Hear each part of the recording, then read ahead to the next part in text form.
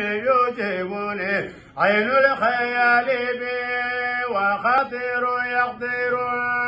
الله ما ترى بنا يصيبها جد الظلام منهم ليس الناصر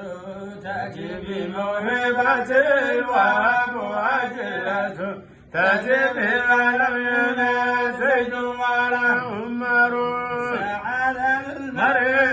إن حسن أمله وقد تنال بما يسوق القدر فمن يكن بولي الوقت منتصرا كان الخيال له عينا ويستدر فمن يكن ولي الوقت منتصرا فالله يمنع بصيرة تبصر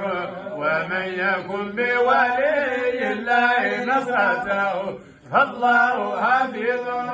وحسبه نصر لولا الله كان شيخ منتكبا للعيون ولا يرى خبر لكن رحمته بنا ورحمته القد أساس ما يعود سفر بباب جده ببدء أولها فالله